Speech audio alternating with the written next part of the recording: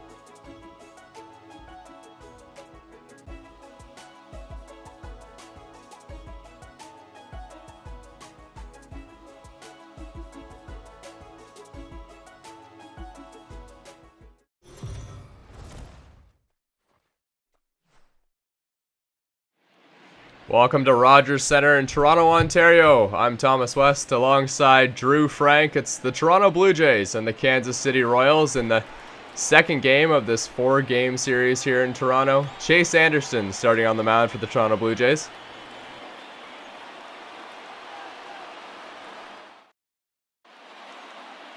Chase Anderson looking to build off of what's been a pretty solid start to his Blue Jays career thus far. Coming over from the Brewers in a trade over the offseason, he's looked good, winning both of his first two appearances. Yesterday, he knocked out the division rivals in New York as he took down the Yankees, pitching into the seventh inning, just allowing the one run. And now here in his third start as a Blue Jay, he's facing off against the KC Royals. Well, it's Alex Gordon leading it off for the Royals. And the first pitch from Anderson is right in there at the bottom of the zone for a strike, 1-0.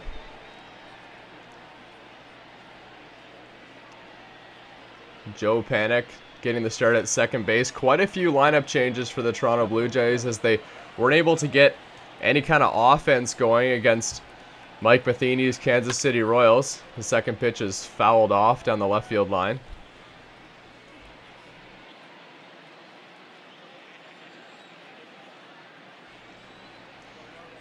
The 0-2 from Anderson. Low and in the dirt, and that's Reese McGuire behind the plate as well, getting Danny Jansen the night off. And we were just mentioning yesterday, Reese McGuire hasn't got in that many games, but he did have a pretty prominent bat last year, hitting .299 for the club. The swing and a miss there from Alex Gordon, and it's a strikeout for Chase Anderson to start the game. Great way to get things started for Chase Anderson. We mentioned in the Bronx he had a great start, and a lot of that was because he was getting those swing and misses. Picked up 5 strikeouts to just the 1 walk. He usually works off of the ground ball, but we've seen a bit of a resurgence here to his swing and miss rate that he hasn't seen since 2016. Well, this is Nicky Lopez now, and the lineup changes continue as well for Kansas City as the first two batters of the game we see are different position players than yesterday. Lopez filling in at shortstop. Mondesi gets the day off. Yesterday, he doubled and scored in the first, but after that went 0 for 4 with a pair of strikeouts, so just a day to rest and recover before the rest of this 4-game series finishes up over the weekend. And he's quickly in a hole here, 0-2. And the other thing, too, is Lopez could be an important player in this Kansas City lineup. It's a pitch right at the bottom of the zone there, frozen. And Chase Anderson has his second strikeout in just the first two batters of the game. And great command with the curveball. Pretty much the same spot that he got Gordon to swing and miss for the first strikeout. Here he paints it on the inside corner, gets a hole out of the plate, and rings him up. As the first pitch to Whit Merrifield is flied out to right field. Teoscar Hernandez is there, and the inning is over. So it's a quick 1-2-3 inning for Chase Anderson in the top of the first. We head to the bottom of the inning. It's Kansas City 0, Toronto 0.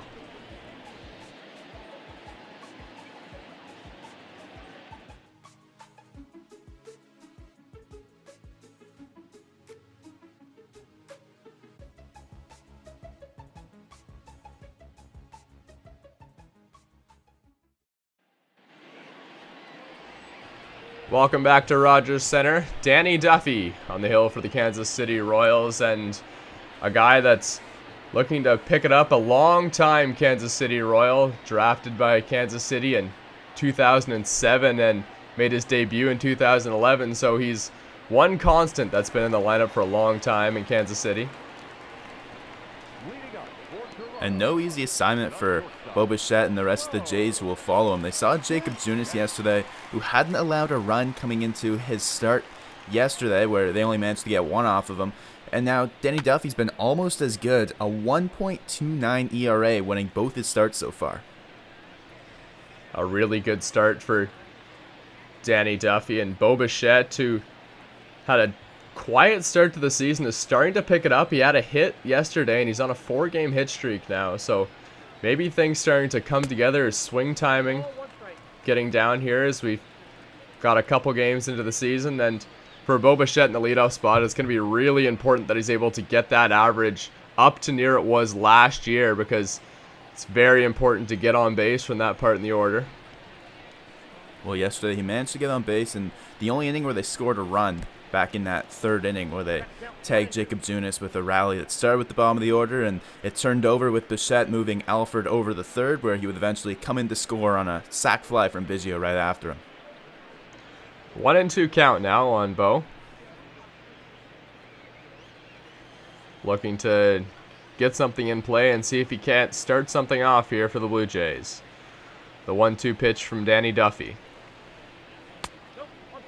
Just high. Good eye there by Bichette, and now he's worked the count even to 2-2.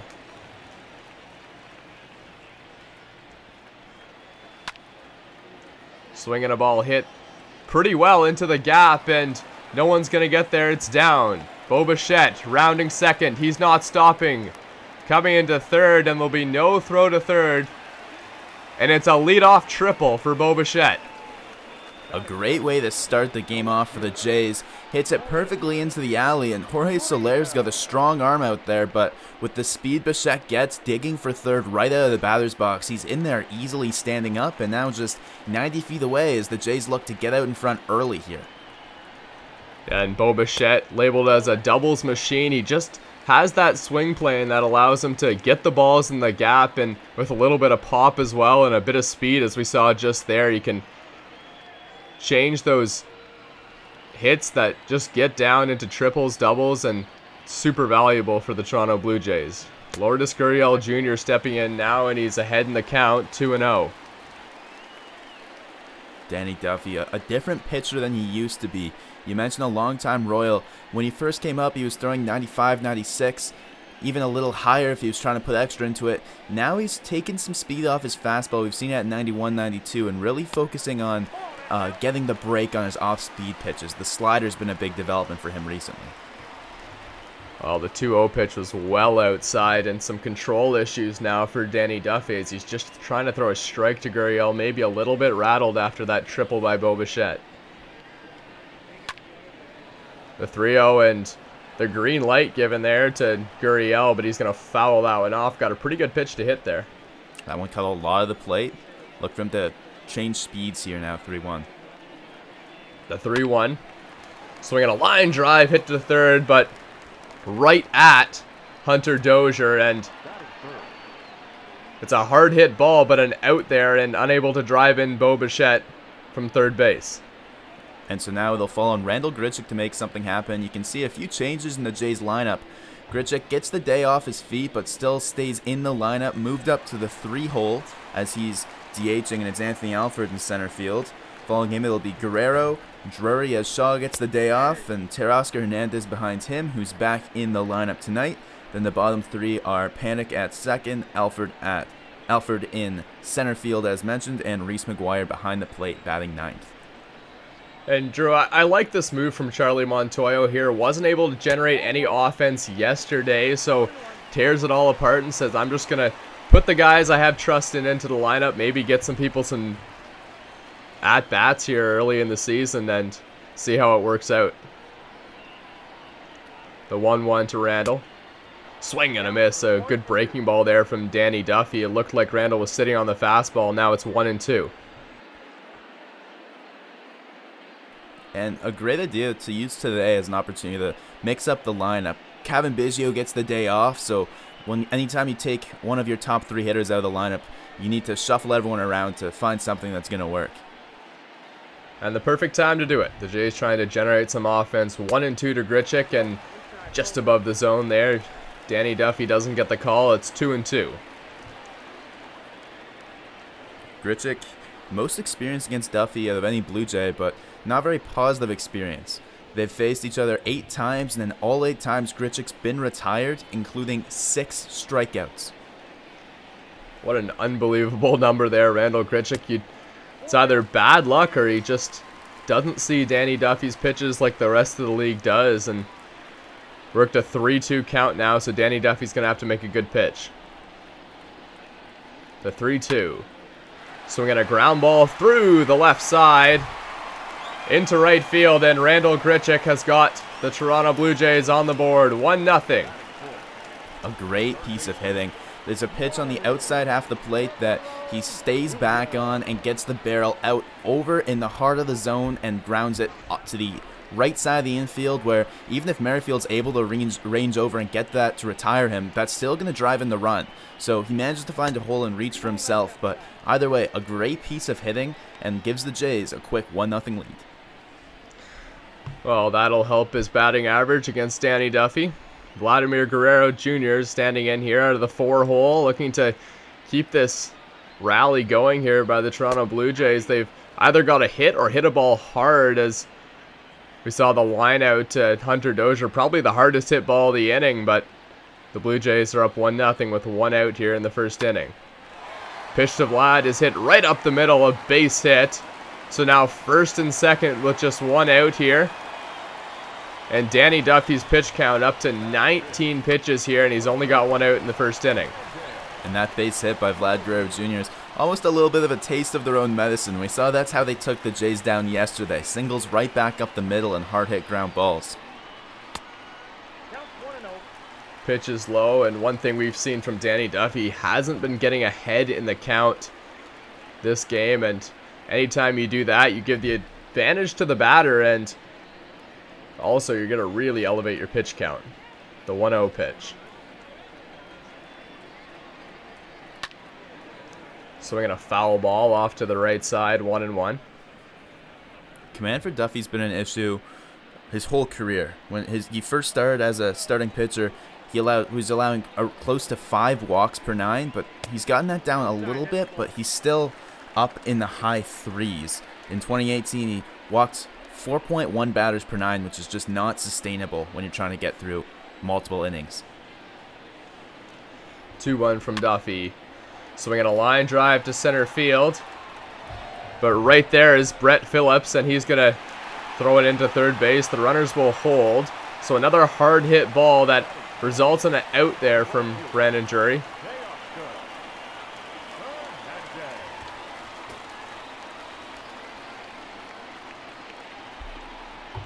Teoscar Hernandez, a 175 batting average, and he's had a little bit of defensive struggles so far this year, so a really good opportunity with a runner in scoring position and an RBI opportunity for Teoscar Hernandez to maybe try and build some confidence and put something into the outfield.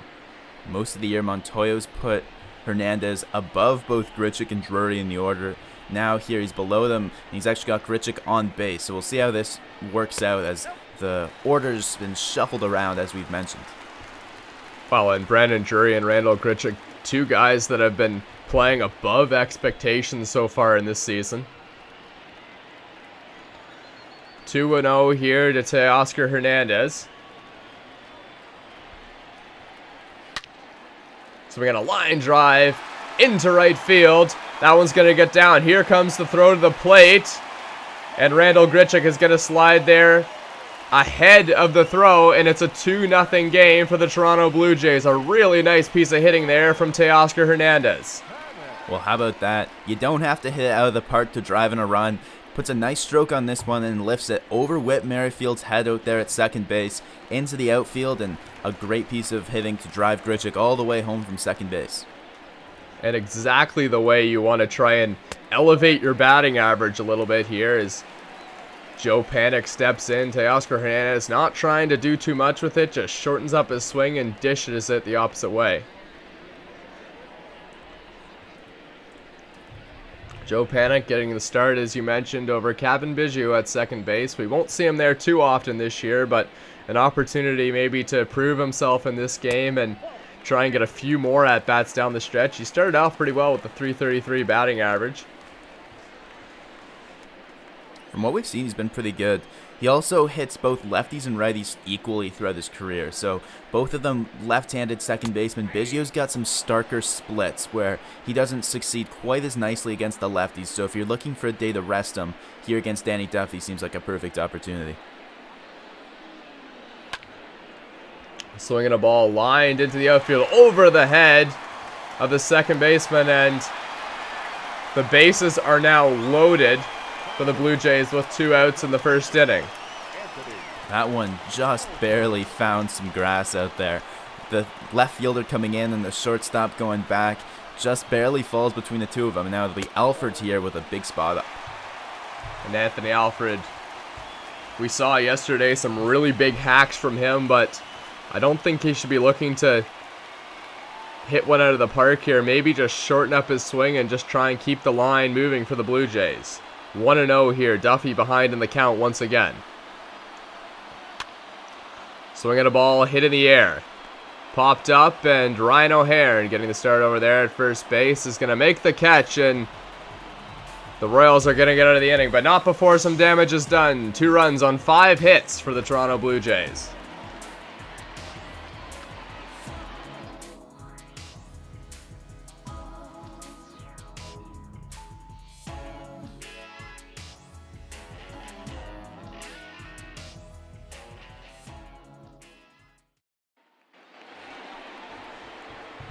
Jorge Soler stepping in. Welcome back to Rogers Center in Toronto. Thomas West alongside me, Drew Frank. Jorge Soler, the big power hitter, just 1 home run on this season so far. 48 home runs last year, led all of baseball. Anderson's first pitch is just outside, ball 1. Yesterday didn't have to leave the yard to make some noise. In the first inning, he drove in the first run of the game with just a hard-hit single that dropped in front of the outfielders, and really that's all you need from a guy in the middle of the order. You don't have to go out there and hit 40-plus home runs every season as long as you're making solid contact. And as the Jays showed in the first inning, to generate offense in baseball, you just need to string together some hits, and with Whit Merrifield batting in front of him, he'll have all sorts of opportunity to do that in the Royals lineup. Ball grounded to first base. Throws to Anderson, who's covering the bag, and Soler is retired for the first bout. And I think, Drew, you make a great point there. The strikeout was a real big issue for Soler. Obviously, the 48 bombs is great, but the threat of him striking out is just another out in the lineup. And if you could convert some of those into balls in play, you're going to see the average rise as well. Hunter Dozier stepping in. First pitch swinging, and he's going to hit it out to Teoscar Hernandez. Makes the catch. 2 quick outs here for Chase Anderson, who's just rolling along right now. 13 pitches, and he's already deep into the second inning. And both outs on balls hit to guys that weren't in the field where they're standing today in yesterday's game. For the Jays in right field, it's Hernandez, Alfred in center, Gurriel in left, and across the infield from first to third, it's Drury, Panic, Bichette, and Guerrero Jr. with McGuire behind the plate and Randall Grichuk DHing. Well, Vladimir Guerrero Jr., a guy who's had some defensive issues, or it's seen as a weak point in his game, but he'll get the start at third base. A test for him. He was the DH yesterday. The 1-1 to Perez. Hit on the ground to first base. And another quick inning for Chase Anderson. Just 16 pitches needed. It's 2-0 Toronto Blue Jays from the Rogers Center in Toronto, Ontario. We'll be right back after a short break.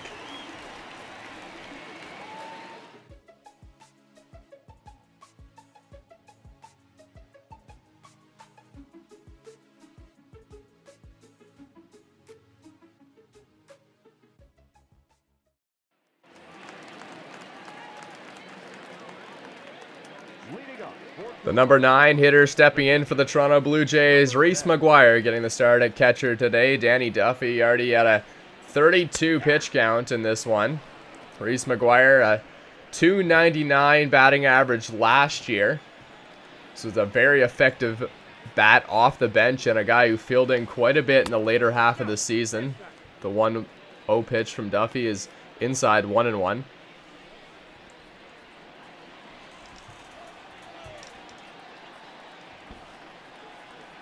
1-1 to Reese McGuire.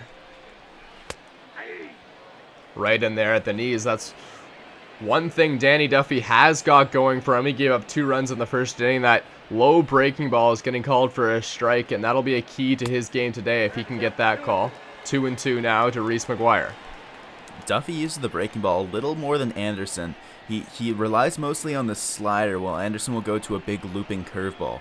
And that's been effective, especially against lefties like McGuire. Swinging a ball, hit in the air.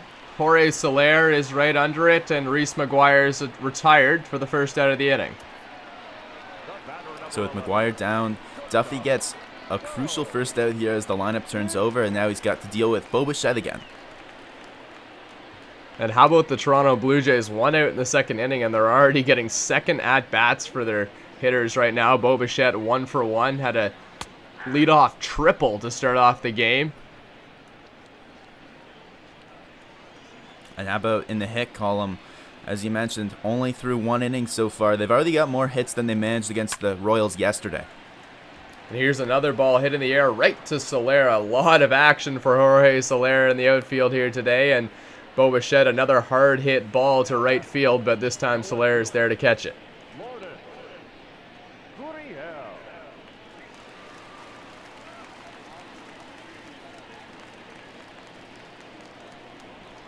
Lourdes Gurriel Jr.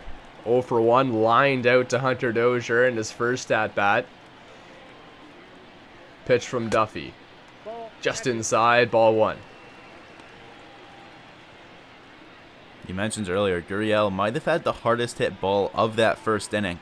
Even though they had 5 hits that found holes, the first out of the inning was that line drive that if it wasn't hit right to Hunter Dozier over there at the hot corner, that could have gotten into a gap or even down the line for extra bases with how much power was on that one.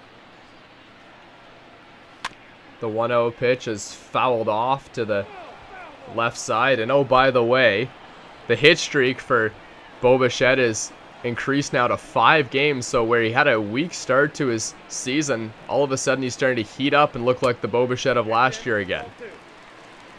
And that'll be important for the Blue Jays because they've managed to get through the first few series on the back of their strong pitching rotation. We mentioned they had the 3rd best staff ERA in all of baseball after yesterday's game. But if they can start getting more out of the top of the order, then they'll have a more balanced approach to try and sustain this winning record.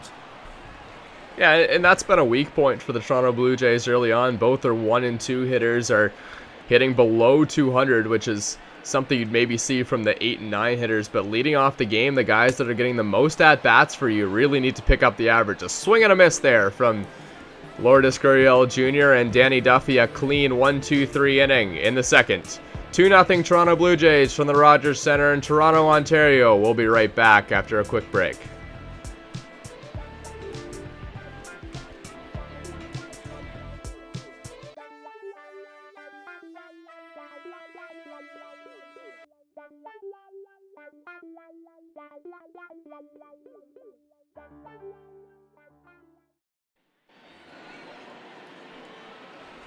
Welcome back to Rogers Centre. Ryan O'Hearn stepping in, the number 7 hitter for the Kansas City Royals, getting the start at first base today. And he's a prototypical power first base left-handed hitting bat where you'll see him put up some nice numbers against righties, and that's what he's here to do. He's got a career 803 OPS against righties, whereas against lefties it drops all the way down to 491. And you have to imagine Chase Anderson, a pretty good matchup for Ryan O'Hearn today, which is probably factors into why he's getting the start. A 250 average here to start off this season.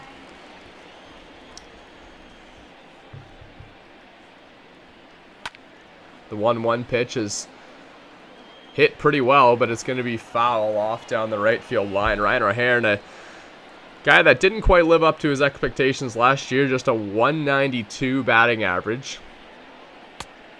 1-2 pitches outside, 2-2. Anderson attacking early with off speed, out in front of the last 2 pitches before taking that changeup. A good fastball up and in, and Chase Anderson swings right through it.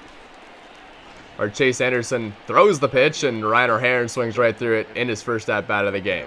Well, he almost sets him up backwards here by, instead of establishing the fastball and changing speeds, he starts slow and doesn't throw a fastball into O'Hearn to challenge him until the very last pitch of the at-bat and manages to sneak it by him there. Maikel Franco, a guy that did some damage to the Toronto Blue Jays in the last game, crushed a ball out to left center field and extended the Kansas City Royals lead.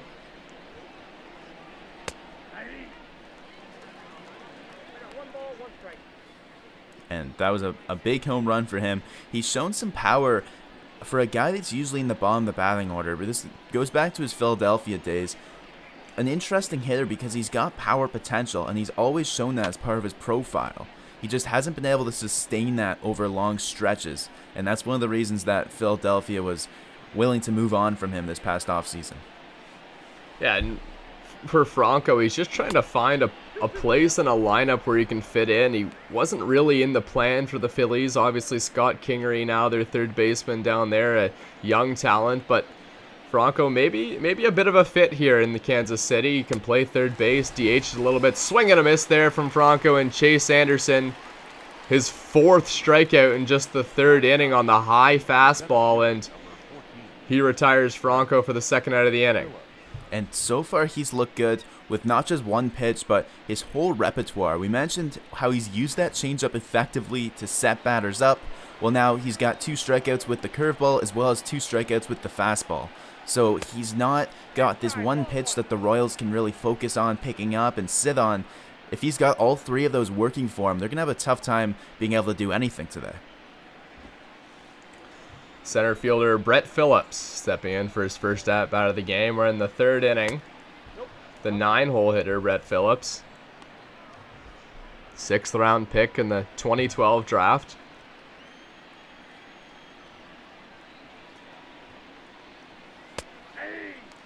Nice breaking ball there from Chase Anderson, and a gutsy pitch to throw the breaking ball on a 2-0 count, but he looks confident with it today.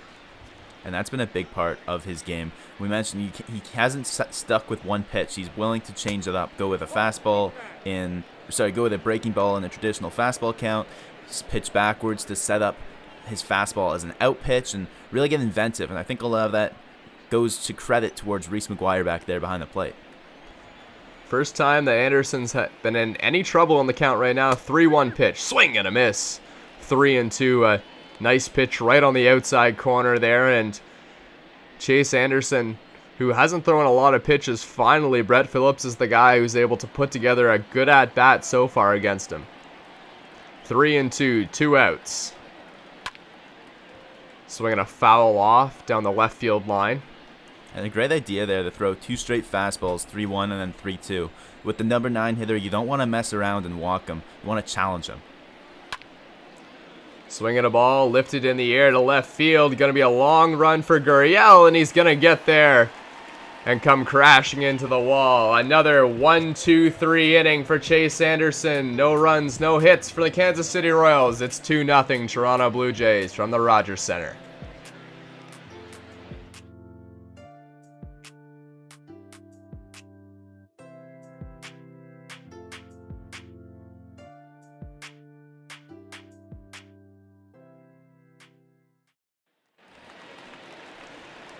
Welcome back to Toronto, Ontario. I'm Thomas West, alongside me, Drew Frank. Randall Grichuk, the number 3-hole hitter, getting his 2nd at-bat here in the bottom of the 3rd. Danny Duffy still out there on the hill. 44 pitches so far from him. The first pitch of the inning is just outside for a ball. Grichuk stung Duffy for the first run of the game as he drove in Bo Bichette after what had been a tough start in their career-long matchup, going 0 for 8. Yeah, and finally breaking through against Danny Duffy after the 6 strikeouts, 1-1 count to him here.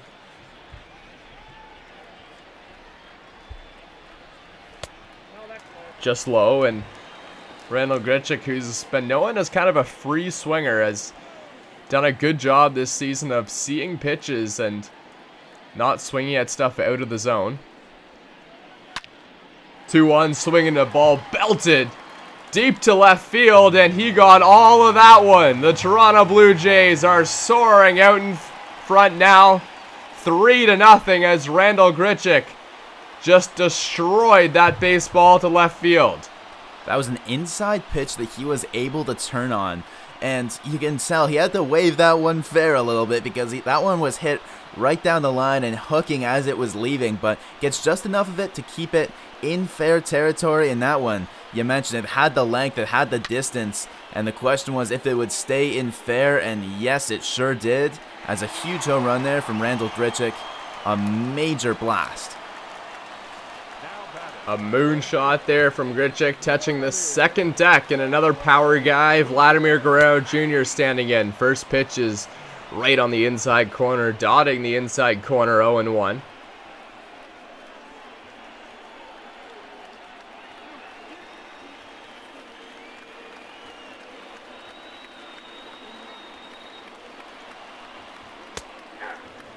The 0-1 pitch is in there for another strike. Two perfect pitches to Guerrero Jr. following the home run by Grichuk.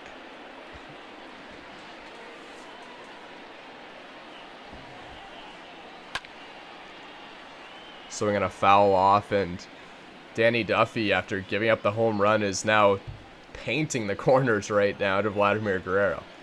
We'll see if he comes right back with another fastball or changes it up. Goes with the breaking ball there, but he misses high. Vladimir Guerrero 1 for 1. Single right up the middle in the first inning. And that was a ball he really squared up. You mentioned sent it right back over the pitcher's mound and into center field. Anytime you hit a ball up the middle, you know your timing was probably on, which is a big thing for these hitters here. They spend the whole spring trying to get their timing down, but sometimes it carries over into the regular season. Vladimir Guerrero seems to be finding his groove here, but a fastball right on the outside corner is strike 3. Vladimir Guerrero, and it's second strikeout of the game for Danny Duffy. A great spot for him there. You can see the Royals making some noise in the AL Central. 8-4 behind only Cleveland. Not necessarily a team that was predicted by many to be up there. You know, the White Sox made some big additions over the offseason. The Indians that are up top there, that was expected based off of some of the arms that they've got in their rotation alone. And then the Twins are the reigning Central champions. So it's a very competitive division, and the Royals have been right in it so far. A little flare here in Jorge Soler. He's been getting a lot of work out there in right field. Just made a fantastic catch. And there's 2 outs in the third inning now. Well, already the 6th ball he's had to deal with, as you mentioned, just in the third inning. This one, he makes a great diving play, gets a nice read on it, hurries in to come and get it, and lays out a great play there by Soler. Teoscar Hernandez, 1 for 1 today. 2 outs here in the third inning. Pitch is just outside, and once again, Danny Duffy just having trouble getting ahead in the count to hitters. You know, you've mentioned the pitch count, and that's a big factor. When you are missing the zone and throwing a lot of balls, it's going to climb quickly on you.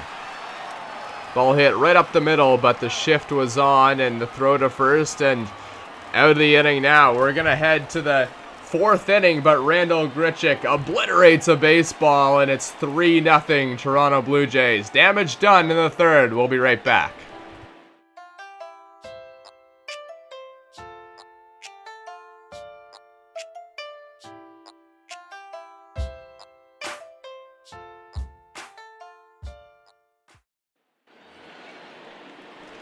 Welcome back to Rogers Centre in Toronto, Ontario. Alex Gordon getting the start today in left field. The veteran Alex Gordon, one of few guys that's still on that Kansas City Royals championship team in 2016. 0 for 1 today in the leadoff spot for Gordon. Right on the outside corner, and it's in there for a strike. 5-game hit streak for Gordon as well, so he's been coming off the bench, but he has been a productive bat in the lineup. Well, he also brings a lot on the defensive end. We saw Soler making some nice plays in the right field corner, but in the left field corner, he's a 3-time reigning Gold Glove winner. 3 in a row. He picked up 4 Gold Gloves before that, and he's just been one of the best defensive outfielders in the American League for a long time. Ball hit pretty well out to left field, but Lourdes Gurriel Jr. is camped under it, and he makes the catch. Alex Gordon, you mentioned a fantastic arm, a former right fielder in left field today, as his career is starting to phase out a little bit. A guy whose career is just getting started, Nicky Lopez, the 2-hole hitter today, getting the start over Adalberto Mondesi at shortstop, and a guy that could provide a little bit of relief for the Kansas City Royals at shortstop, as Mondesi is a little bit injury prone, so Nicky Lopez trying to prove that he can at least fill in at shortstop if that were to happen this season. Swinging a ball line down the left field line, and a nice job to cut it off there by Gurriel, and he'll get it into second quickly, and Lopez is held to a single. Well, it takes the 11th batter of the game for the Royals to reach base. Chase Anderson 10 up, 10 down to start things off, but now they've got a base runner, and they've got the heart of the order coming up to try and make some noise. The Jays have been all over the Royals with 6 hits already, but it's still just the 3-0 game, so it's far from out of reach. And that pitch from Anderson right down on the inside corner, and Lopez just able to put a really good barrel on it, and the first hit of the game for the Kansas City Royals. And Chase Anderson saying, well, that was one of the best pitches I've made so far this game, as the 0-1 pitch is in there for a strike, 1-1. Lopez on first will have all sorts of options to get into the lineup. You mentioned how Mondesi could get potentially, he's got some injury history, but also with teams like the Royals and the Blue Jays that, again, aren't trying to push for a pennant necessarily in 2020, but build for the future, they're going to rest guys like that. We see Kevin Biggio, for example. He's completely healthy, but just getting a day off, a maintenance day, just to rest and recover before the series. Mondesi getting that day today as well. So just the rotation of young players should give lots of opportunities for the bench bats for KC. 2-2 from Anderson is hit on the ground weakly. No play at second. Throws to first. A nice play there by Reese McGuire, and 1 out. And I was going to mention maybe the hit and run would be on there, but that weak little dribbler out in front of the mound does the job there, moving Nicky Lopez up to second base, and now a runner in scoring position, and an important run for Kansas City early on, as Chase Anderson's looked really good.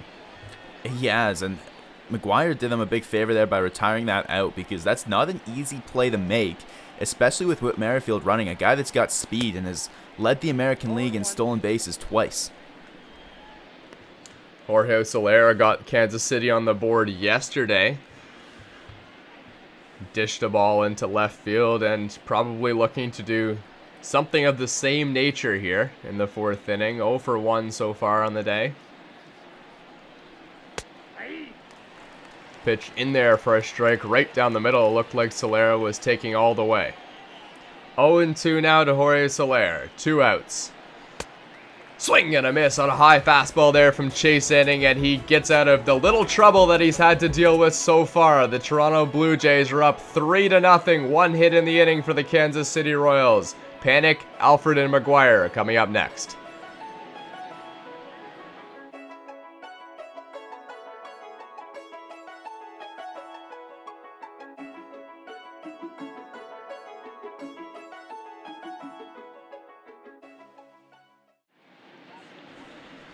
Teoscar Hernandez stepping in for the Blue Jays to lead things off here. Charlie Montoyo definitely a little bit more happy about the offense that he's got so far in this game from his lineup, as they were just able to generate 1 run yesterday.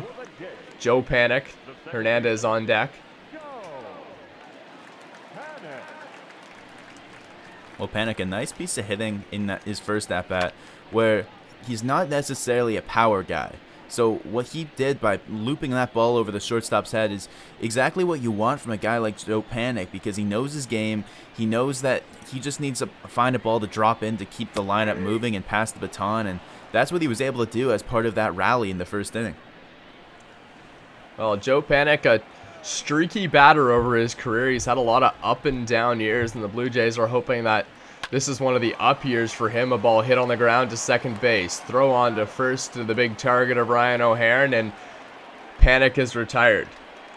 But we mentioned 2015, he was an all-star, hit .312, and it's just been an up and down roller coaster so far for him. And if he can be a productive batter for the Toronto Blue Jays, he could be a really nice off-season signing for them.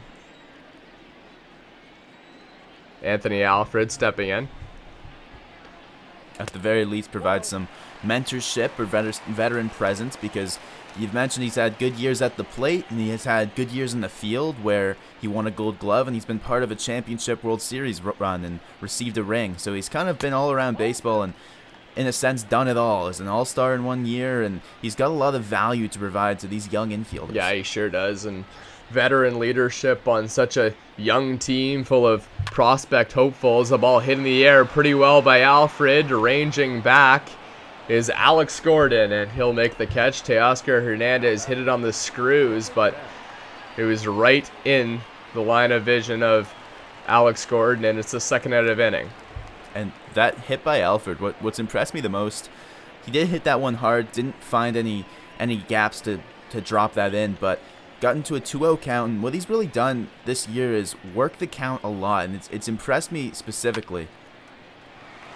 Swinging a ball through the left side there by Reese McGuire, and he's on with a 2-out single. A really nice piece of hitting there from Reese McGuire. Found that outside fastball, might have been out of the zone, but ripped it through for a single. And you've mentioned Reese's average in the past 2 years, up right around 300 in his stints in both 2018 and 2019 in the majors, and that's a big part, just slapping the ball, finding gaps, finding spaces that he can get that through the infielders and into the outfield, and right there, perfect piece of hitting, lefty on lefty. Bo Bichette, 1 for 2, leadoff triple in the first. Danny Duffy, 65 pitches here. He's got it together a little bit over the last 2 innings, but Reese McGuire extending the inning there with a single.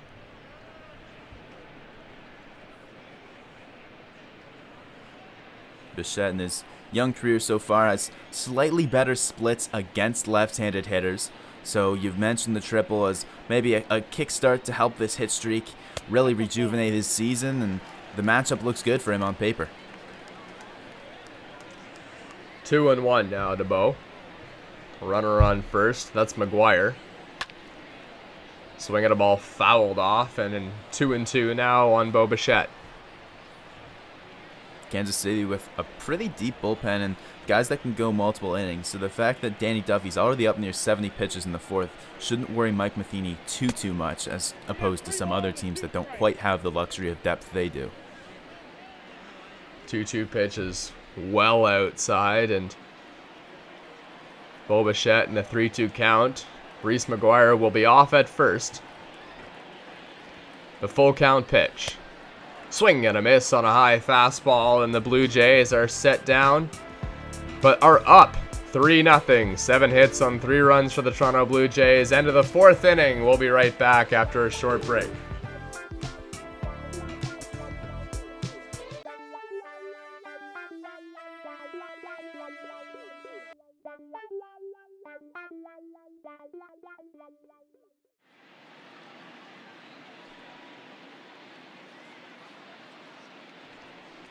Welcome back to Rogers Centre in Toronto, Ontario. Toronto Blue Jays and Kansas City Royals.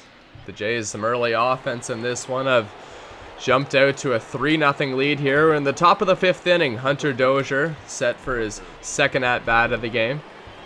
Dozier flew out in his first at-bat, part of the Kansas City stretch that was unable to reach against Chase Anderson before the Lopez single, but yesterday he was the only batter in the lineup that was unable to reach base for the Royals, going 0 for 5 with a pair of strikeouts.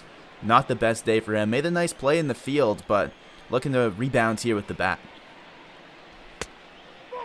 Second pitch is outside, and now an 0-2 hole here for Chase Anderson. 2-0 hole, I should say. The 2-0 pitch. Right down the middle, but fouled off by Hunter Dozier. Dangerous spot. We mentioned he didn't do much necessarily yesterday, but a fastball middle against a power guy that put up 26 home runs last year.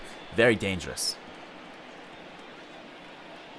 An 8th overall pick in 2013. Yeah, 26 home runs. Wasn't known to be a power guy when he was drafted, but has been able to do it all with the bat so far, and is developed into a really nice third baseman for the Kansas City Royals. 2-2 now. Chase Anderson has worked his way back into the count. Ball just inside. A really good eye there from Hunter Dozier. A nice take there, and a stat you don't really see too much for third baseman is he's got some nice speed. Sprint speed up in the top half of the majors. This one's fouled. into foul territory, but he can run a little bit. He picked up 10 triples last year to lead the American League. There's some nice big gaps at Kauffman Stadium to help him with that, but you need the power, you need the speed, and he's got both of them.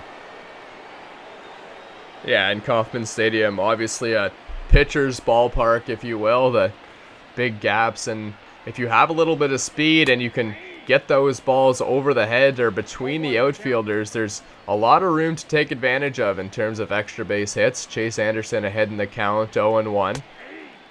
In there, 0-2 now on Sal Perez. 0-2 pitch. Looking at Dozier's 2019 sprint speed stats, he was right up there. He was actually, believe it or not, tied with Gerard Dyson, a guy that's known a lot for the speed element of his game. So some surprising speed for Dozier. 1-2 now to Perez. In there, strike 3 called from Chase Anderson, and he's just mowing down Kansas City Royals batters, his 6th strikeout of the game.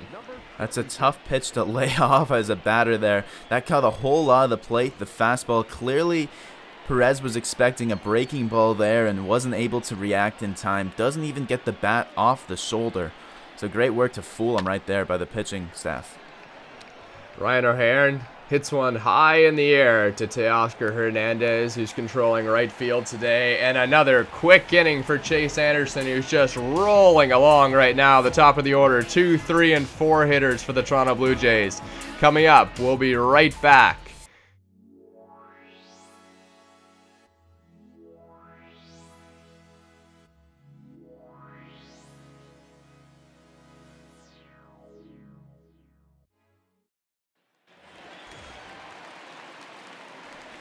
We're back in Rogers Center. It's Lourdes Gurriel Jr. 0 for 2. Tough 0 for 2 for him, though. A line out in the first inning to Hunter Dozier.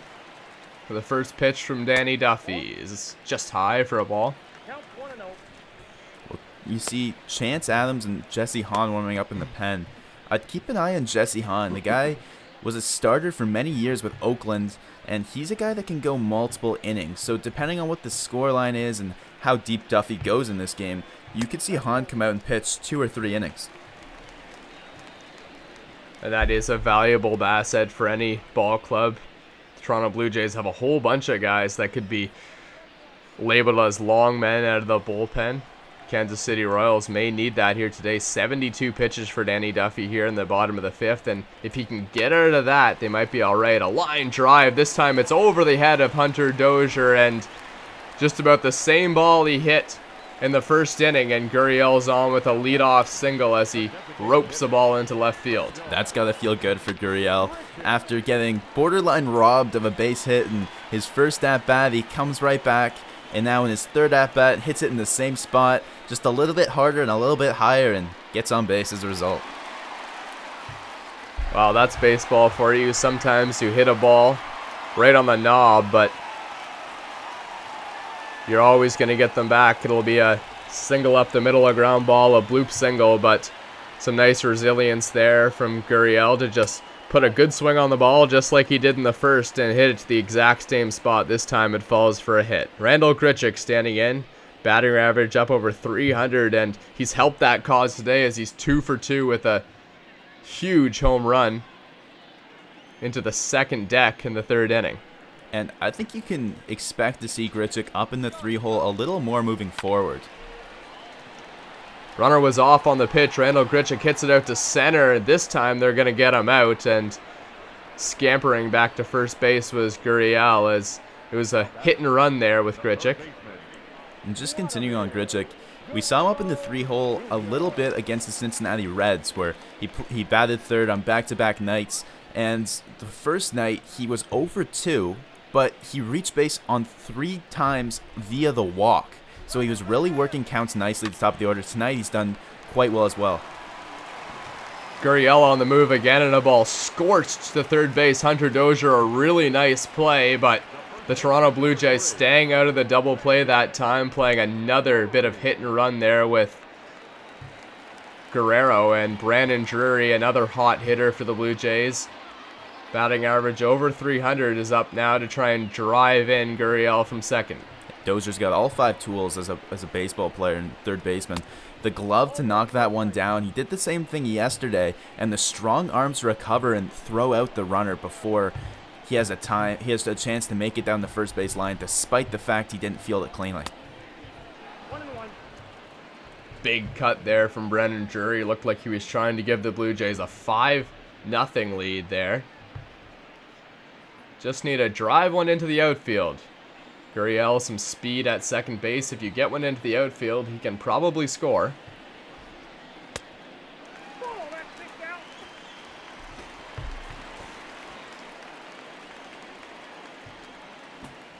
Two 2-1 here from Danny Duffy. Just high. 3-1 now, and a hitter's count for Brennan Drury. Good chance he sees something to hit, or maybe pitching around Drury right now.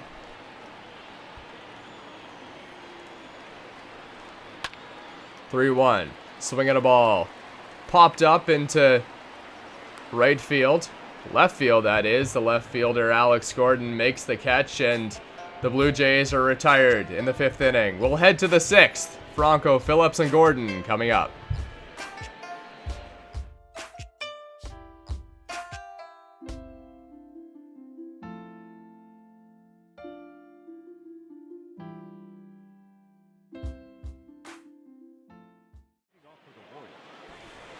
Jays and Royals, second game of this 4-game homestand here in Toronto. Franco stepping in. The first pitch is a high strike from Anderson, and it's 0-1.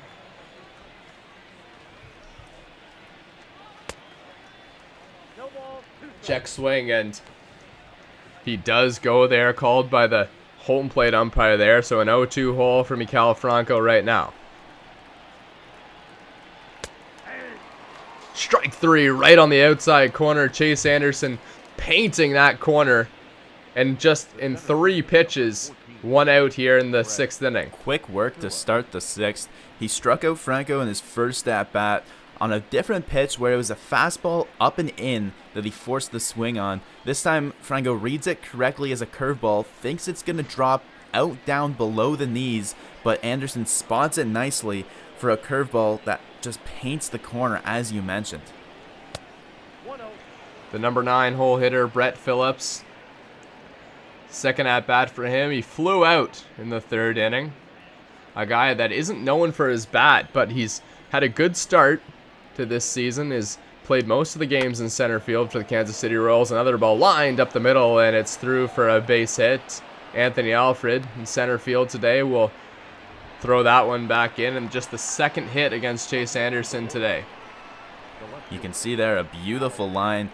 No walks. The only 2 base runners came off of singles, one just now and one back in the 4th inning. As he's really shown some promise here in his brief Jays tenure. A guy that really you didn't necessarily know 100% what you were going to get out of him. A phenomenal 2017, mixed results since, but the tools have always been there. And tonight, really just dominating the Royals lineup. Throw over to first base, and back there is Phillips. Phillips not known as a guy who steals a lot of bags, but he has a little bit of speed over there, as a lot of center fielders do. The 1-0 pitch is maybe a bit high, but they're going to say he went around, so 1-1. Gordon, victim of the strikeout in the first at-bat, where it was a curveball in on the hands, down in the zone that he swung and missed on.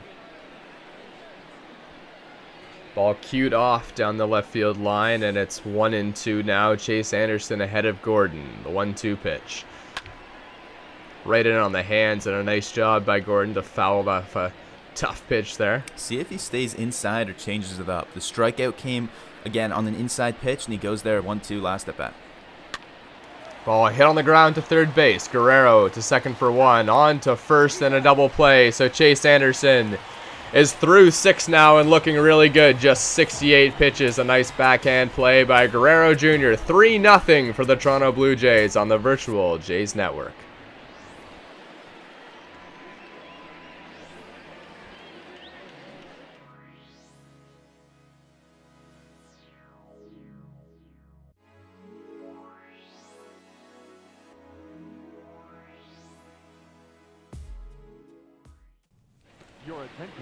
Welcome back to Rogers Center. New pitcher into the game for the Kansas City Royals, Chance Adams.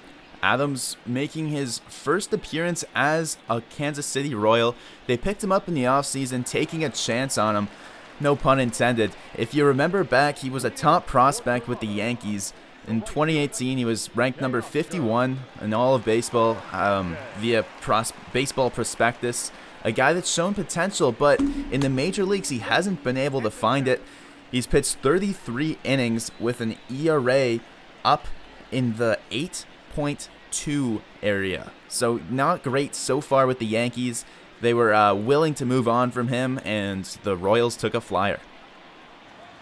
Yeah, and he's going to need to be good this game, as it's not a mop-up role yet. There's still lots of innings to go in this game, as the 1-0 pitch is in there for a strike. Teoscar Hernandez 1 for 2 in this game, and Chance Adams trying to pick it up and get a scoreless inning here, so the Kansas City Royals can have 9 outs to work with to try and get back in this game. And Adams, a converted starter, so he's got a 4-pitch mix. It'll be fastball, changeup, curveball, slider. You see the fastball in there. Sits in the mid-90s, anywhere around 93 to 95.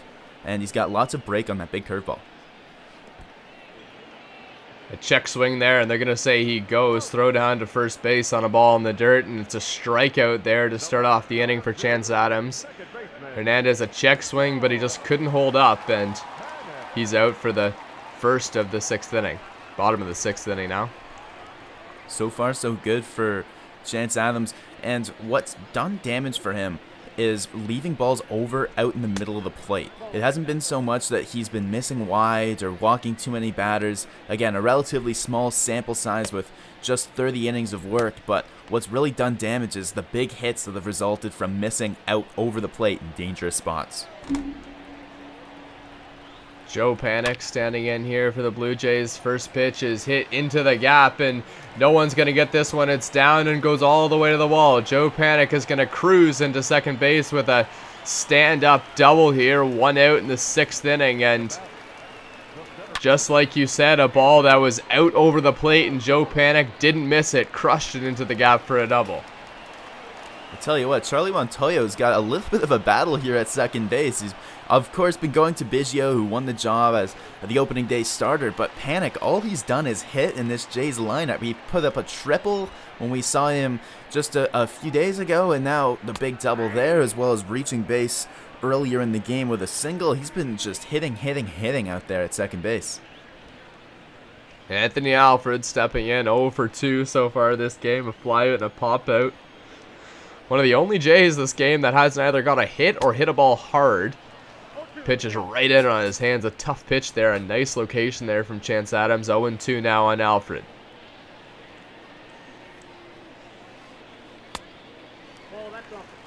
Anthony Alfred takes that pitch just outside, and moving into center field today. He's got a bit of speed, so it'll be interesting to see down the stretch how he can prove himself in that role, but a swing and a miss there. Strike 3, 0 for 3 now on the day for Anthony Alford. A nice pitch there by Adams. Down in the zone a little bit. Alford just swings right over top of it. He changes speeds, and that's 2 strikeouts for him so far. Just 1 out of the way from stranding Panik on second base.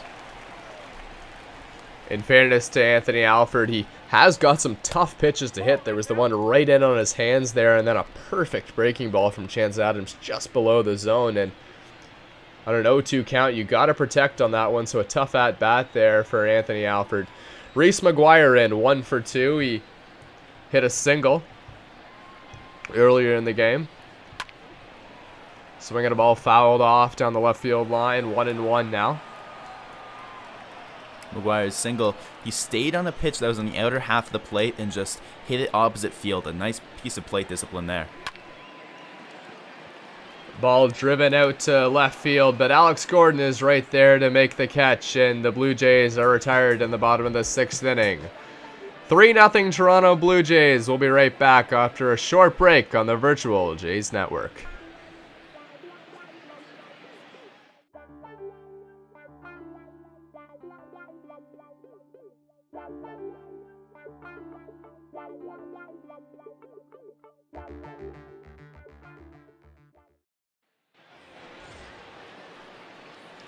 Nicky Lopez stands in for the Kansas City Royals. Welcome back to the Virtual Jays Network. Top of the 7th inning. I'm Thomas West. Alongside me, Drew Frank.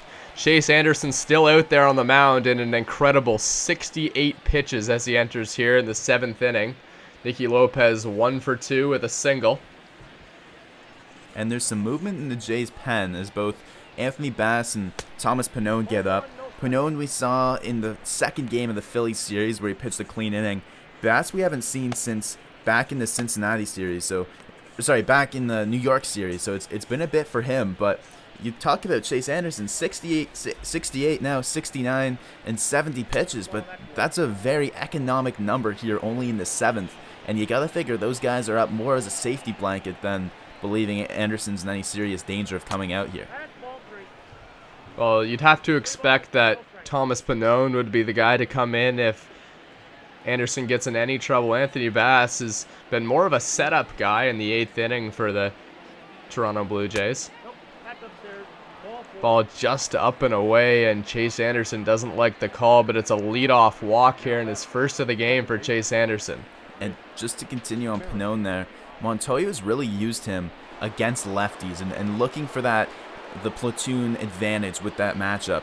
And the Royals lineup today set up to face the right-handed pitching Anderson 9-1-2 or even 7-2. You've got 3 of 4 lefties in a row from the bottom to the top, 9-1-2, 3 in a row.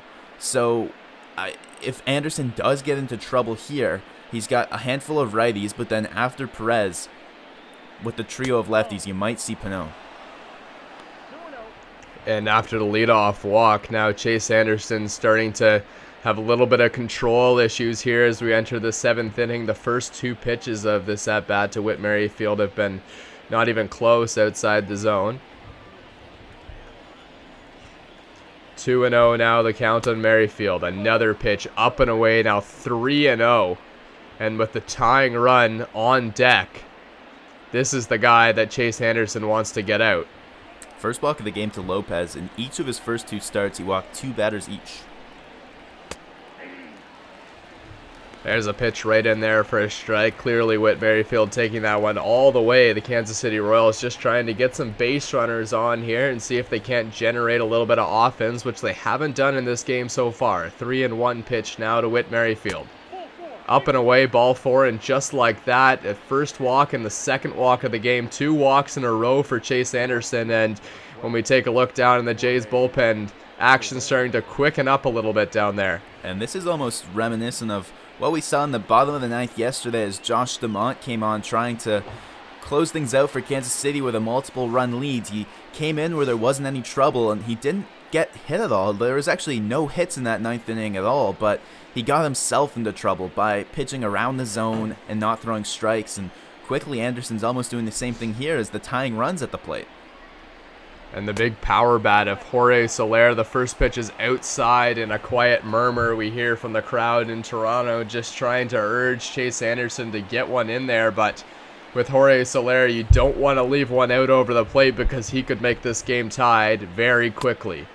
Another pitch, low and out of the zone. Chase Anderson cannot find the strike zone right now. And I think it'll be interesting if we don't see a strike or 2 thrown here, whether there's a mound visit, Pete Walker coming out, or maybe even just Reese McGuire speaking with his pitcher. A high curveball there, but Soler was taking all the way. 2-1. In there for a strike and fouled off down the right field line by Soler. 2-2 now. Dangerous pitch there. Back-to-back breaking balls in the upper half of the zone. 2-2. Outside. Full count. 3-2 now to Soler. And a fastball that misses wide. Almost a waste pitch. It seems like something's not right with Anderson here with his command, whether it's fatigue or something else going on. Full count. The pitch. Up and away, ball 4, and the 3rd walk in a row here from Chase Anderson, who was rolling along, but now some huge struggles here in this 7th inning. As the winning run steps to the plate here, 3-0 for the Toronto Blue Jays, but nobody out here in the top of the 7th. Someone the Jays have shut down successfully, 0 for 7 in the series for Dozier. But today he's already had a deep fly ball, and for them right now, that's all they need to cash in a run. Outside, ball 1. Lopez on third with quite a bit of speed, a young enough, agile middle infielder that a ball hit decently into the outfield. The only big arm to be aware of is in left with Gurriel's cannon. The 1-0 pitch in there for a strike, hit on the ground to third base. On to second for one, back to first. A huge double play for the Blue Jays there. 1 run scores, but a really big first and second out of the inning there for the Jays. And a fantastic pitch from Chase Anderson there to get the ground ball and give them a chance in this inning. And Guerrero, we didn't get to mention it too much because it was at the end of the inning, but a similar beautiful play last inning to end it with a nice double play where he ranged to his right, ranges to a right again here and turns it quickly. We already spoke on the speed that Dozier has going up the first base line, so a ball that he really couldn't waste much time on, had to quickly get it to second, and then Panic had to pivot it nicely. Gold Glove winner over there at second, and a great play all around by the Jays infield to retire 2 batters there. And Drew, how many balls did we see yesterday hit on the ground that they just couldn't get the double play on? As here's one's up the middle just like yesterday, and now it's 3-2. Toronto Blue Jays still leading, but the tying run on first base as Salvador Perez drives in the 1 run to bring them within 1 against the Toronto Blue Jays. And suddenly this game got a whole lot more interesting. Yesterday we spoke about the Stamont inning where he loaded the bases and managed to get the double play. We saw like that might have been happening here after the double play for Stamont. They didn't allow any runs, but instead Anderson follows it up by allowing a single to Perez. Still a very, very impressive start for Anderson and a whole lot to build off of. He was cruising through the first 6 innings. Yeah, in the 60 pitch mark in the 6th innings as we see Thomas Pannone, just like we expected, coming in to try and get the Blue Jays out of this inning. Well, as mentioned, 3 of 4 lefties starting off. And the stat we said off the top of the broadcast, the first lefty here is going to be Ryan O'Hearn, who has only got a 491 OPS against lefties as opposed to one over 800 against righties. So not necessarily the best matchup for him. And potentially, maybe even surprising, we don't see a pinch hitter with Ryan McBroom on the bench. Righty first baseman that hits lefties a little better. Yeah, and especially with the new rule in baseball, the 3-batter minimum for pitchers, it put a little bit less importance on the handedness of the pitcher, and Thomas Pannone trying to prove himself this year that he's not just a left-handed pitcher, but a good pitcher as well. 1-1 here to Ryan O'Hearn, fouled off down the left field line. Well, he's done a good job of proving that so far this year. Wasn't able to make the rotation at the camp just as a result of all the free agents they brought in. He had looked good in past years as both a starter and a reliever. This year is a bullpen role, but yeah, he's cruised so far, facing almost exclusively lefties, but when he has faced righties, he's dealt with them accordingly. We mentioned Ryan O'Hearn hasn't lived up to expectations last year, but a 262 average in 2018, a very respectable number, especially for a guy who's known for his power. A huge swing and a miss there from Ryan O'Hearn, and Thomas Pannone gets the job done. The Toronto Blue Jays stay out in front 3-2. We head to the bottom of the 7th inning. It's stretch time in Toronto on the virtual Jays Network.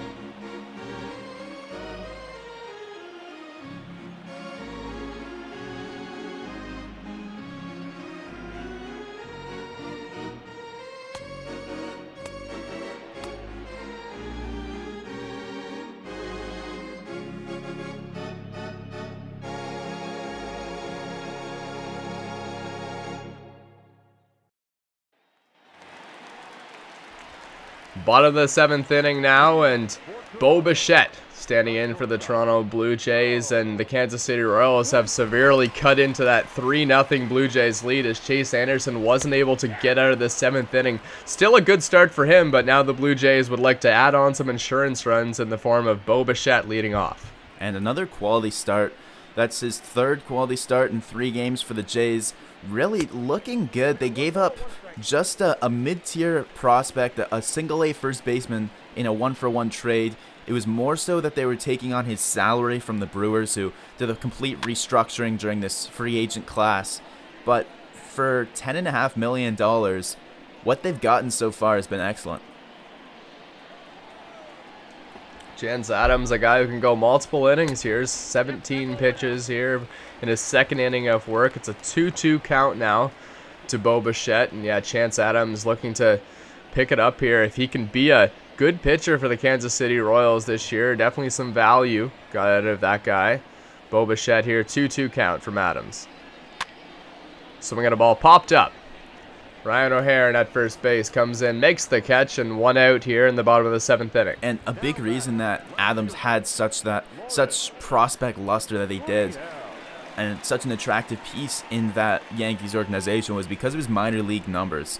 He put up a 2.3 ERA before the minors in college ball and NCAA, but then when he came to the minors, he looked good. And in AA, he went 12-1 with a 2.2 ERA in over 100 innings of work. But then he couldn't quite get past that mark. AAA, he stuttered and put up a 4.3 ERA, and again, never really settled in the major leagues in the few chances he was given in New York. Well, Drew, we see that so much. Batters thriving at the AA and AAA level, but facing major league hitters is just a completely different story, and any hitter in the major leagues will tell you that. Gurriel has done a good job of it so far this year.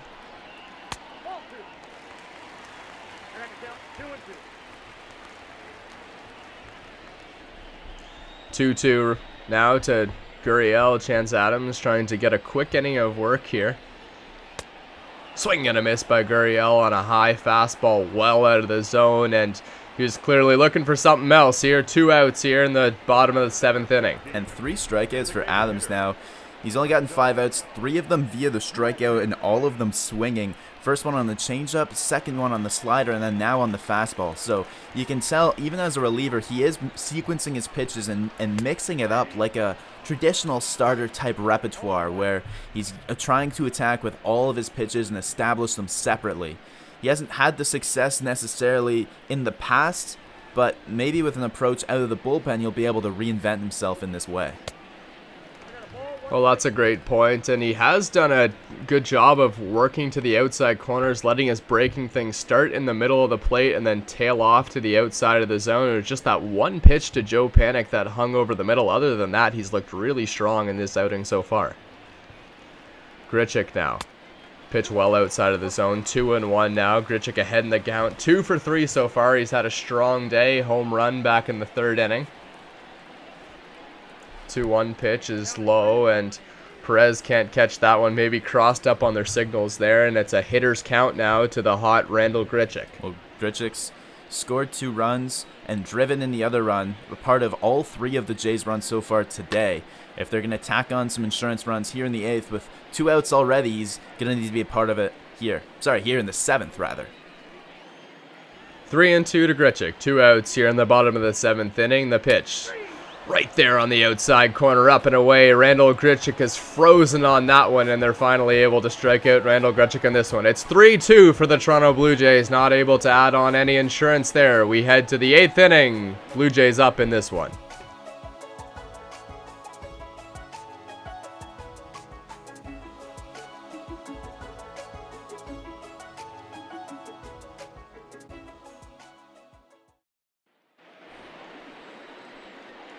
Welcome back to Rogers Center. I'm Thomas West. Alongside me, Drew Frank. Mikel Franco steps in right now. 2 strikeouts today, trying to avoid the hat trick, but more importantly, trying to get on base and see if these Kansas City Royals can't get something going here against Thomas Pannone, who's back out for a 2nd inning of work. Just faced 1 batter, but still out there on the mound for the Toronto Blue Jays. And this is a good matchup for Pannone because he hasn't had to deal with too many righties. But Franco's actually a guy with reverse splits. So as a righty batter, he hits righties better in his career and hasn't had too much success against lefties. Here's the ball hit in the air pretty well, but it's not going to leave the yard. There's Lourdes Gurriel Jr. out there in left field to make the catch, and the first out here in the top of the 8th inning. And that's tough for Franco to follow up on his strong performance yesterday, how he's done it so far today. Yesterday, 3 for 3 with a walk, and really he had everything going for him, had a major home run in that game. Today, 0 for 3 with a pair of strikeouts, so that's just baseball for you. Well, he's going to face another lefty here. Brett Phillips, probably a big part of the reason why he's still in this ball game. Brett Phillips is 1 for 2 today, and now behind in the count, 0-1.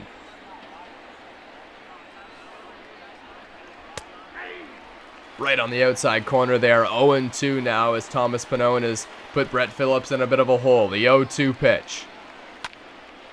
Swinging a ball fouled off down the right field line.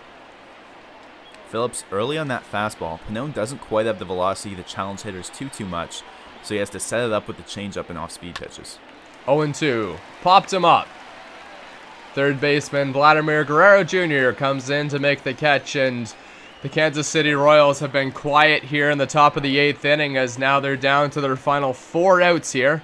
And it's the leadoff hitter, Alex Gordon, stepping in. Pitching change, Anthony Bass, the regular 8th inning guy, coming into this one. So after getting 3 outs, Pannone's day will be done. Faces 7, 8, 9 in the order and gets all 3 of them in order, escaping a jam that he inherited in the 7th inning when he came in with a runner on. But now they'll be over the Bass, looking to get at least 1 out here with Alex Gordon up, and then maybe beyond that, as his assignment here is nobody on base with 2 away. First pitch is in there for a strike, Drew. How about Anthony Bass? 4 games looking to prove himself here in Toronto. No runs allowed so far. And he picked up a save in one of the opening homestand games where Giles was used so much to the point where he wasn't able to come in a save situation. So instead, Bass was trusted with the role and looked good and picked up his first save as a J. 0-1, another sharp pitch, swing and a miss there from Alex Gordon. 0-2 now, trying to get out of the inning. The pitch, just low for a ball, 1-2. And you know what? That game that Bass saved, actually, he came in the 8th, got a 4-out save, and not only that, it was after a Chase Anderson start as well. 1-2 from Bass, just up and away, and 2 guys who have been good for the Blue Jays, and Anthony Bass looking to continue that here. 2-2 count to Alex Gordon. Final 4 outs for the Kansas City Royals. Here it comes. Right there at the bottom of the zone. Strike 3 called, and the crowd is ignited here in Toronto as they can feel it now. Toronto 3, Kansas City Royals 2. We head to the bottom of the 8th inning on the Virtual Jays Network.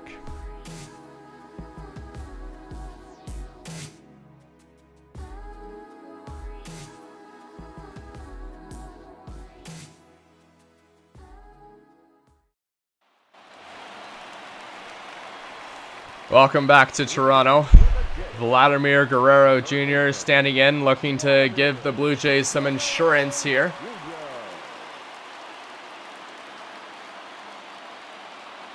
He's already reached base with a base hit so far today. He lined a single right back up the middle in the first inning, and for him, it's been a great sophomore season thus far with a base hit in all but 1 game so far this season, doing it at third base as well, doing it DHing, and you know what? Quietly, he's put together a really nice season at third base in the field. He started 2 strong double plays, which we touched on today, but there also haven't been those blunders, those inexperienced moments. He's not only making the plays you might not expect him to, but the plays you do expect him to, he hasn't flubbed many at all. He's yet to make an error this season.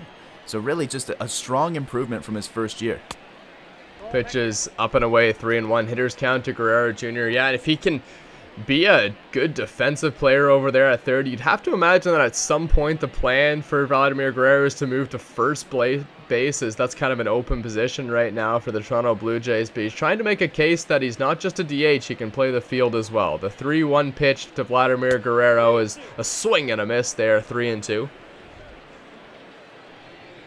And especially, we saw yesterday all sorts of errors all around the infield from both teams, but Vladimir Guerrero not a part of that as he was strong at third base. A good eye there from Guerrero Jr. He's going to draw a leadoff walk here in the bottom of the 8th inning. Nobody out, and yeah, you almost wonder if these moves by Charlie Montoyo aren't just to try and get the bats ignited, but maybe a little bit of discipline for the fielders in the field for the Toronto Blue Jays yesterday. Just a plethora of errors, and they just really buried themselves early in that ball game. A strong bounce back performance here so far today. Infields look good, and they've turned some pivotal double plays. Yeah, the defense all around has been good for Kansas City as well. That diving catch in the outfield there by Soler back in the third inning, and we saw a nice play from Hunter Dozier. Brandon Drury up now, 1-0 count, is outside, 2-0. Well, the diving catch from Dozier, that was against Brandon Drury, who's at the plate now. Drury and Alford, the only two Blue Jays yet to reach base so far today. All other 7 men in the order have, and Drury just about almost did back in that third inning, but a great play by Soler to keep him off the bases. Pitch from Adams, and oh, by the way, look who's still out on the mound right now, a 3-0 count, but Adams in for his third inning of work right now. He's at 39 pitches. 3-0 count. In there for a strike. And when we saw them warming in the pen, I mentioned Jesse Hahn as a former starter could give you multiple innings. Well, Chance Adams can too. We talked about the numbers he put up as a starter in the minors and in college a little bit, and he's got the experience to do it and has less health problems attached than Jesse Hahn does. So, perfect guy to bring in here for a few innings. Swinging a ball fouled off down the left field line, and Chance Adams, a starter, but when you're coming out of the bullpen and you don't have that full day to warm up and get into the game, it can be difficult to throw this many pitches. The 3-2 pitch right on the outside corner there to Brandon Drury freezes him, and it's the first out of the inning. Well, the Royals have done a great job converting these starters into relievers. Last year, Ian Kennedy really burst onto the scene as a closer, reinventing his career. Chance Adams, again, cut from the Yankees for his inability to start games successfully for them, and the Royals turning him into a bullpen piece now in 2020. Same with Jesse Hahn. It'll be interesting to see what they'll be able to put up. Swinging a ball driven out to center field. On the warning track there is the center fielder Brett Phillips, and he'll corral that one. Teoscar Hernandez just missed a hittable pitch, but a nice job by the speed of Brett Phillips to get out there and make the catch right on the warning track in the deepest part of the ballpark here in Rogers Center. In Teoscar's last at-bat, he got fooled by a changeup from Adams for a strikeout on Adams' first batter faced, actually. He came in to greet Hernandez and struck him out. Clearly Hernandez ready to jump on Adams' first pitch here as he saw something he liked, and as you said, just missed it. Joe Pennick inserted into the lineup today and has been pretty good for Charlie Montoya's Blue Jays. 2 for 3 today and had that double against Chance Adams. The only real mistake that we've seen Chance Adams make, and Joe Pennick capitalized on it. So we'll see if we can get another one going here. It's a righty-lefty matchup. Pitch inside, 3-0 now. Great work to just work the count. Adams' pitch count is climbing. For a starter, 40 pitches might not seem like a lot, but as you said, when you're not starting a game, a different routine out of the bullpen, a different set of workout regimens on your arms, and you can see there potentially an effective fatigue as ball 4 goes wide. This has got to be it here for Chance Adams as he walks the batter on 4 pitches, 47 pitches he's thrown so far, but he's going to stay in there to face Anthony Alford. And Alford, we mentioned, yet to reach base, prime for maybe an opportunity here. He struck out in his last at-bat, again, coming against Chance Adams. That was a slider low that he went down and swung right through. So we'll see how he sequences here. In his last at-bat, it was setting him up with the fastball before getting him out with that slider. Anthony Alford, just 4 hits and 19 at-bats so far this season, and I'm not sure that Anthony Alford really has a starting job out there in the outfield for the Toronto Blue Jays. He might bounce up and down here, so these at-bats so important for Alford just to try and stay with the club and in the major leagues. The 4 hits he has had, 2 RBI doubles in there, so he's been good when the Jays have needed him to, but not that consistent body of work that you want when you're trying to win a job or at least fight for some more consistent playing time than he's gotten thus far. And Chance Adams, I should say, the second guy today to expose Anthony Alford on that low breaking ball. He hasn't been able to hit that pitch so far in this game. Pitch right in on the hands, a nice job to foul it off. We haven't seen Derek Fisher in quite some time.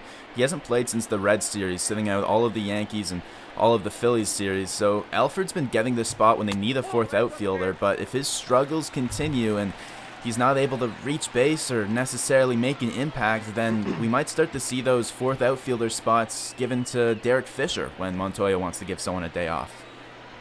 Couple of ducks on the pond here for the Toronto Blue Jays. First and second, Anthony Alford trying to cash him in here. The 2-2 pitch up and away. Good eye to lay off. Now it'll be interesting after Adams misses with the fastball, which of his 4 pitches he'll go to. It was the slider that he went to, trying to get Alford out in his last at-bat, and we'll see here now the payoff pitch. 3-2, runners going. Bottom of the 8th inning, the pitch. Up and in, and it's going to be ball 4. A good eye there from Alford as it was up around his eyes, and it's bases loaded now with 2 outs for the Blue Jays, and Chance Adam 54 pitches in this one in relief. And 3 straight walks to load the bases. No surprise that we're going to see a relief pitcher coming in, and it'll be Scott Barlow, who made his first appearance yesterday in relief, and he pitched a very clean inning where he faced the bottom of the Jays order and struck out 2 of the 3 batters he faced, 3 up, 3 down in the 7th inning yesterday. Now a bit of a jam on, but he does just need the 1 out here to get out of it with Reese McGuire coming up. Big spot for Reese McGuire in this one, and trying to just get something into the outfield. He has put up a little bit of power numbers, played a very short season last year, not too many at-bats, but he did have 11 home runs. Inside for a ball, and the more these Kansas City pitchers work from behind in the count to the Blue Jays, the more pitches they're going to get to hit in the zone, and that's what Reese McGuire is looking for here. The 1-0 pitch.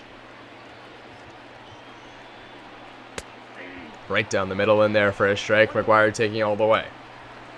And what Barlow's going to do as a pitcher, mostly a 2-pitch guy. Fastball, slider. So against the righties, against the lefties, he needs to really establish that fastball before breaking in with that slider. So we're going to ground ball to short. Throw on to second. And the inning is going to end. The Blue Jays strand them, but they have a chance to win it here in the 9th inning. It's closing time in Toronto, 3-2 for the Blue Jays.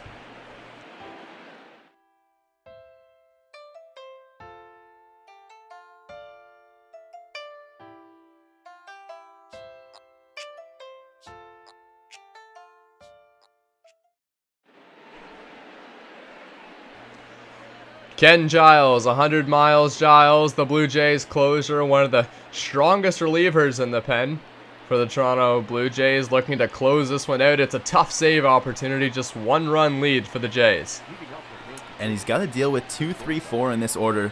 Whit Merrifield, who's led the American League in hits twice, and Jorge Soler in the hole, who's the reigning home run champ. So yeah, a very difficult assignment here, and no surprise, Montoya turns the ball over to Ken Giles, looking for his 7th save here. Well, the fans are into it here in Toronto, already on their feet here. The 1-1 pitch from Giles, and it's in there for a strike. And how about Giles yet to allow a run? Perfect in 6 for 6 save opportunities he's been given, trying to stretch it to 7 for 7 here, among the MLB leaders in this young season in saves. The 1-1 pitch. Swing and a miss there, right in on the hands of Nicky Lopez, and it's a 2-1 count now. You can see a very unsettled swing from Lopez, an experienced reliever against a young hitter. It's a tough matchup here against Giles for him. 1-2. Swing and a miss, strike 3. Nicky Lopez chases out of the zone 2 times on that hard fastball there from Ken Giles, and he strikes out the first batter he sees. Giles there elevates the fastball. The swing from Lopez that showed how uncomfortable he was on that previous pitch lets McGuire know he doesn't have to come back with a pitch in the zone. Instead, they elevate the fastball there, chases the high heat, and now 1 away. Whit Merrifield, the 3-hole hitter. First pitch is low and outside.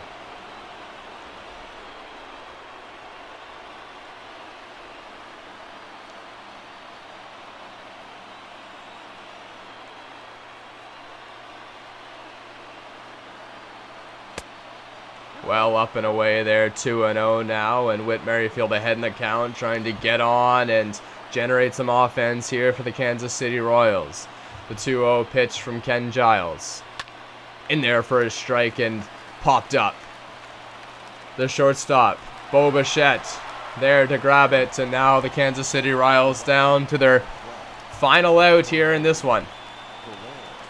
Well, nice pitch by Giles. Bouncing back from a 2-0 count to attack Merrifield. Merrifield has had a bit of success against Giles, where he's hit a double, going 1 for 5 against him. Manages to retire him now, and one out of the way from closing this game out. A guy that can tie this game up in just one swing. It's clear that's what he tried to do right there. 1-0 from Ken Giles. The pitch to Soler. Just up and away for a ball, 1-1. And Soler, not as much history against Giles. Only one plate appearance against him, and it was a strikeout. 1-1 pitch from Ken Giles. Swinging a ball, fouled off at the plate, and final strike here for the Kansas City Royals. Jays fans on their feet here, looking to secure a win to bounce back after dropping the opening game last night in this 4-game set, closing this one out with even at 1 as we head into the final 2 games of this series. The 1-2 pitch from Ken Giles.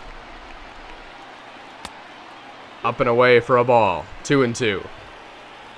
Nice discipline by Soler there. Lays off the high fastball and stays alive here. 2-2 to Jorge Soler. Right in there for a strike, bottom of the zone. Ken Giles got him, freezing Jorge Soler, and the Toronto Blue Jays will take Game 2 of this home series versus the Kansas City Royals as they win it 3-2. A comeback late as the Jays struck early for 3 runs and then weren't able to tally on anything else. The Royals instead start slow but pick up 2 runs later on as Chase Anderson falters a little bit in this start, but they're able to hold on as the Blue Jays even up this series on the back of a strong performance by Chase Anderson and a great day overall for the pitching staff. Well, it was just that 7th inning that Chase Anderson struggled a little bit. Those 3 walks in a row. He was perfect through the first 3 innings, and not much worse after that, coming 6 strong innings. But the Blue Jays, a resilient one to hold on to this one. They got runs early and held Kansas City off. A nice save there for Ken Giles as well. And really the story has to be that very first inning where the Jays were able to sequence together a series of hits, and there wasn't a big home run and there wasn't necessarily a big swing in that inning, but just 5 hits. We were able to get it done, and that was more than Kansas City put together this whole game, and it was more than the Jays put together all of last night's game. So that's what baseball really comes down to, stringing together those hits and putting together quality at-bats. They jumped on Danny Duffy early, and that was all they needed to do to win this game. Well, the Toronto Blue Jays will look to take the series lead. It's an afternoon Saturday game, 3:07 start time here on the virtual Jays Network. Trent Thornton versus Montgomery going for the Kansas City Royals. I'm Thomas West, alongside me, Drew Frank. Thanks for tuning in to the virtual Jays Network.